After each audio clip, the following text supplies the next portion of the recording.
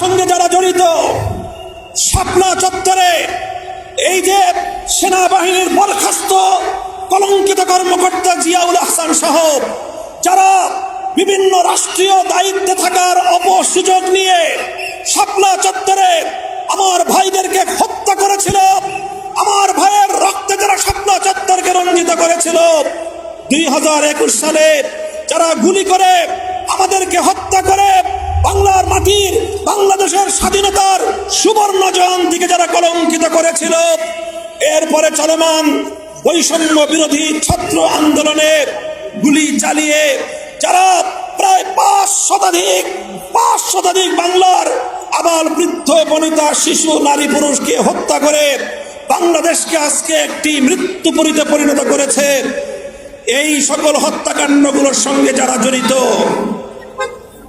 মনোযোগ সহকারে শুনেন, এই সকল হত্যাকাণ্ডগুলোর সঙ্গে যারা জড়িত, সে প্রশাসনিক কর্মকর্তা হোক অথবা যেই হোক, তারা কেউ যেন বাংলাদেশ থেকে পালিয়ে যেতে না পারে। টেকনাফ থেকে তেতুলিয়া পর্যন্ত গোটা বাংলাদেশের সীমান্তে প্রয়োজনে ছাত্র জনতা তোমরা পাহারাদারি বসাও, চেকপোস্ট বসাও, কোন খুনি যেন পালিয়ে যেতে না পারে। আমি বলতে চাই, এয়ারপোর্ট থেকে বিমানবন্দর থেকে ইমিগ্রেশন কর্তৃপক্ষকে বলতে চাই, যেভাবে আপনারা ইতিমধ্যে কয়েকজন পলায়ন পর দুর্বৃত্তকে আটক করে সেনাবাহিনীকে হস্তান্তর করেছেন, সেজন্য আপনাদেরকে ধন্যবাদ জানাই। আগামী দিনের জন্য সতর্ক করি, কোন দুর্বৃত্ত যেন আমাদের শাহজালাল বিমানবন্দর ব্যবহার করে ওখান থেকে পালিয়ে গিয়ে সে যেন এই খুনের বিচারকে বাধাগ্রস্ত করতে না পারে, সে ব্যাপারে আগামী দিন আপনারা সোচ্চার থাকবেন ইনশাআল্লাহ। সংগ্রামী সাথী ও বন্ধুগণ, এভাবে হেফাজতে ইসলাম বাংলাদেশ জাতি এবং মিল্লাতের প্রতিটি দুর্যোগে জাতীয় নেতৃত্বের দায়িত্ব কাঁধে তুলে নিয়েছে। আজ বাংলাদেশের মানুষের জান মাল ইজ্জত নিরাপত্তা প্রতিষ্ঠায়, দেশের স্বাধীনতা রক্ষায় হেফাজতে ইসলামের ঐতিহাসিক ভূমিকা ইনশাআল্লাহ দেশের দেশপ্রেমিক সশস্ত্র বাহিনী এবং আগামী দিনের সরকারকে আমরা সহযোগিতা করব। মনে রাখতে হবে, হেফাজতে ইসলামের দীর্ঘ এই ত্যাগ এবং কোরবানিকে অবমূল্যায়ন করে বাংলাদেশে কেউ এ জাতিকে সঠিকভাবে নেতৃত্ব দিতে পারবে না। সুতরাং হেফাজতের নেতা কর্মীদের শত শত নিরীহ এই আলেম ওলামাদের রক্তের সঙ্গে যেন গাদ্দারি না করা হয়, সেজন্য আমি বঙ্গভবনকে সজাগ থাকার উদাত্ত আহ্বান জানাচ্ছি। এভাবে হতাহত হয়ে পঙ্গুত্ব বরণ করে বাংলার প্রত্যন্ত অঞ্চলে হাজারো মানুষ বিগত 16 বছরের ফ্যাসিবাদের তারা প্রমাণ বহন করে চলেছে। বহু মায়ের চোখের অশ্রু আজও পর্যন্ত শুকায়নি। তাদের সকলের প্রতি শ্রদ্ধার প্রদর্শন করে বলতে চাই, এই অফুরান আত্মত্যাগের মাধ্যমেই 5ই আগস্ট বাংলাদেশের দ্বিতীয় স্বাধীনতা দিবস হিসেবে আমরা পালন করব। সংগ্রামী সাথী ও বন্ধুগণ, কথায় বলে স্বাধীনতা অর্জন করা যতটা কঠিন, স্বাধীনতা রক্ষা করা তার চেয়েও বড় কঠিন।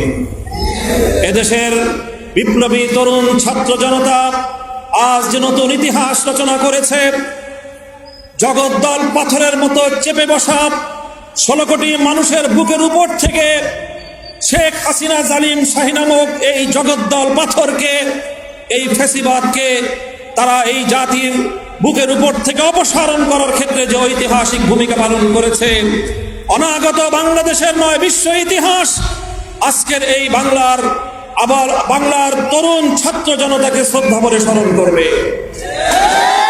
এই সংগ্রামের অন্যতম সৌন্দর্য হল ফ্যাসিবাদ বিরোধী, বৈষম্য বিরোধী ছাত্র আন্দোলনের অন্যতম বৈশিষ্ট্য আমরা লক্ষ্য করেছি, রাজপথে ছাত্র জনতার মধ্যে কোনো দলীয় সংকীর্ণতা ছিল না, কোনো ভেদাভেদ ছিল না।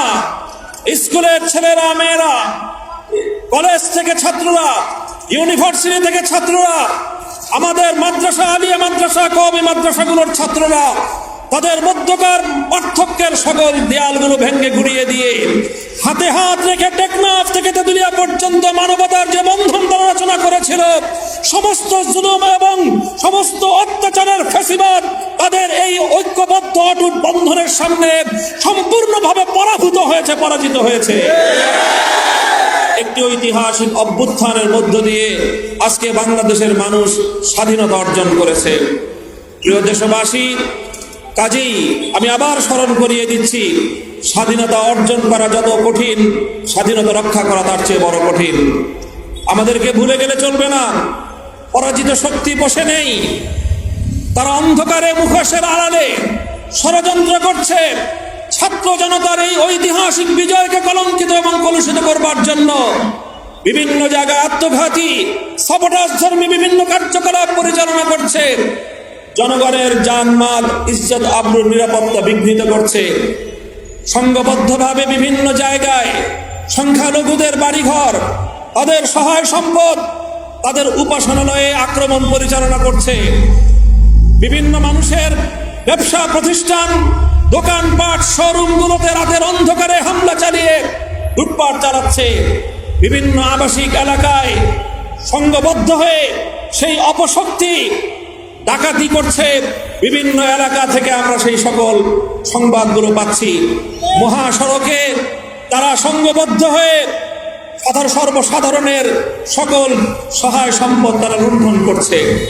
কাজে এই ক্ষেত্রে আজকে ছাত্র জনতাকে, শান্তিপ্রিয় জনতাকে একটি ঐতিহাসিক ভূমিকা পালন করতে হবে। দেশপ্রেমিক সেনাবাহিনীর সাথে কাঁধে কাঁধ মিলিয়ে বাংলার 55,000 বর্গ মাইলকে এই দুর্বৃত্তায়ন থেকে আমাদেরকে মুক্ত রাখতে হবে। এজন্য আমি বলবো, আমরা দেখছি ঢাকার শহর সহ বাংলাদেশের প্রতিটি শহরে আজকে ছাত্র জনতা তারা ট্রাফিকিং এর মাধ্যমে সড়কে যে অভূতপূর্ব শৃঙ্খলা ফিরিয়ে এনেছে। এজন্য আজকে আমি সকল ছাত্র জনতাকে আমি আমার পক্ষ থেকে, হেফাজতে ইসলামের পক্ষ থেকে তাদেরকে আমি ধন্যবাদ জ্ঞাপন করছি। শুধু সড়কে শৃঙ্খলা প্রতিষ্ঠার মাধ্যমেই আমাদের দায়িত্ব ক্ষান্ত হবে না, রাষ্ট্রের প্রতিটি গুরুত্বপূর্ণ স্থাপনায় প্রহরা বসাতে হবে।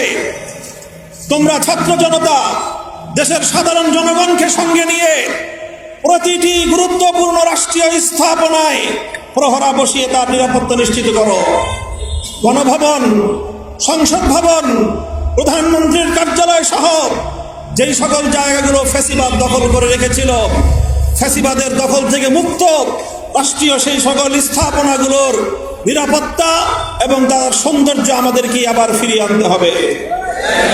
আমি বলবো, প্রতিটি মন্দিরের কাছে, প্রতিটি বেগোটার সামনে, প্রতিটি গির্জার সামনে আলেম সমাজ, ইমাম সাহেবদের নেতৃত্বে মানববন্ধন তৈরি করে রাত এবং দিনে 24 ঘন্টা পালাক্রমে শিফটিং এর মাধ্যমে ডিউটি করে আপনারা সংখ্যালঘুদের নিরাপত্তা নিশ্চিত করবেন। প্রতিটি মার্কেটে যদি মার্কেট কর্তৃপক্ষ, দোকানদার, মালিক ভাইয়েরা তারা যদি না পারেন, তাদের পক্ষে যদি সম্ভব না হয়, মাদ্রাসার ছাত্রদেরকে বিশেষভাবে বলবো, সকল স্টুডেন্টদেরকে আমি বলবো, তোমরা প্রতিটি মার্কেটের নিরাপত্তা দেওয়ার জন্য বিশেষ পরিকল্পনা গ্রহণ করবে। প্রতিটি মার্কেটে সারা রাত পাহারা দিয়ে দুর্বৃত্ত এবং ডাকাতদের হাত থেকে এবং সাবোটাজকারী পরাজিত শক্তির আক্রমণ থেকে আমাদের ব্যবসায়ী ভাইদের জানমাল এবং তাদের সম্পদের নিরাপত্তা নিশ্চিত করতে হবে। প্রতিটি আবাসিক এলাকায় পালাক্রমে ছোট ছোট গ্রুপ করে পালাক্রমে সারা রাত প্রয়োজনে পাহারাদারি করে দুর্বৃত্ত এবং ডাকাতদের হাত থেকে দেশের মানুষের জানমালের নিরাপত্তা নিশ্চিত করতে হবে।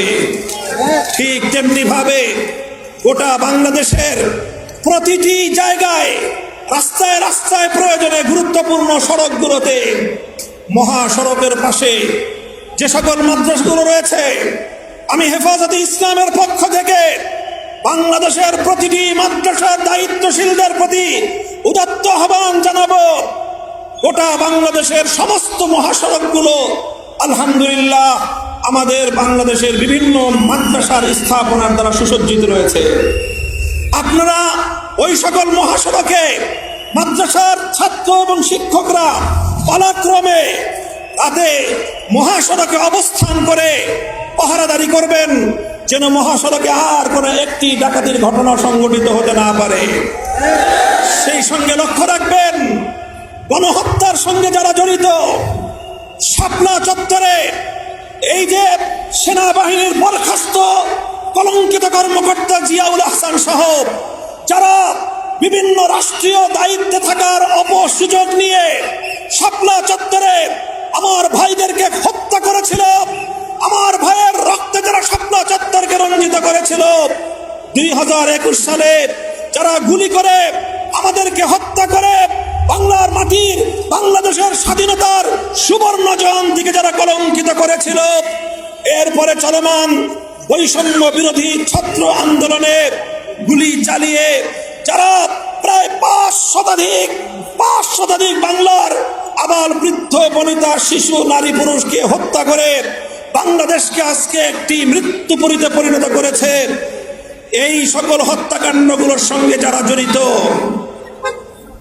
মনোযোগ সহকারে শুনেন, এই সকল হত্যাকাণ্ডগুলোর সঙ্গে যারা জড়িত, সে প্রশাসনিক কর্মকর্তা হোক অথবা যেই হোক, তারা কেউ যেন বাংলাদেশ থেকে পালিয়ে যেতে না পারে। টেকনাফ থেকে তেঁতুলিয়া পর্যন্ত গোটা বাংলাদেশের সীমান্তে প্রয়োজনে ছাত্র জনতা তোমরা পাহারাদারি বসাও, চেকপোস্ট বসাও, কোন খুনি যেন পালিয়ে যেতে না পারে। আমি বলতে চাই, এয়ারপোর্ট থেকে, বিমানবন্দর থেকে, ইমিগ্রেশন কর্তৃপক্ষকে বলতে চাই, যেভাবে আপনারা ইতিমধ্যে কয়েকজন পলায়ন পর দুর্বৃত্তকে আটক করে সেনাবাহিনীকে হস্তান্তর করেছেন, সেজন্য আপনাদেরকে ধন্যবাদ জানাই। আগামী দিনের জন্য সতর্ক করি, কোন দুর্বৃত্ত যেন আমাদের শাহজালাল বিমানবন্দর ব্যবহার করে ওখান থেকে পালিয়ে গিয়ে সে যেন এই খুনের বিচারকে বাধাগ্রস্ত করতে না পারে, সে ব্যাপারে আগামী দিন আপনারা সোচ্চার থাকবেন ইনশাআল্লাহ। সংগ্রামী সাথী ও বন্ধুগণ, এভাবে হেফাজতে ইসলাম বাংলাদেশ জাতি এবং মিল্লাতের প্রতিটি দুর্যোগে জাতীয় নেতৃত্বের দায়িত্ব কাঁধে তুলে নিয়েছে। আজ বাংলাদেশের মানুষের জান মাল ইজ্জত নিরাপত্তা প্রতিষ্ঠায়, দেশের স্বাধীনতা রক্ষায় হেফাজতে ইসলামের ঐতিহাসিক ভূমিকা ইনশাআল্লাহ দেশপ্রেমিক সশস্ত্র বাহিনী এবং আগামী দিনের সরকারকে আমরা সহযোগিতা করব। মনে রাখতে হবে, হেফাজতে ইসলামের দীর্ঘ এই ত্যাগ এবং কোরবানিকে অবমূল্যায়ন করে বাংলাদেশে কেউ এ জাতিকে সঠিকভাবে নেতৃত্ব দিতে পারবে না। সুতরাং হেফাজতের নেতা কর্মীদের শত শত নিরীহ এই আলেম ওলামাদের রক্তের সঙ্গে যেন গাদ্দারি না করা হয়, সেজন্য আমি বঙ্গভবনকে সজাগ থাকার উদাত্ত আহ্বান জানাচ্ছি।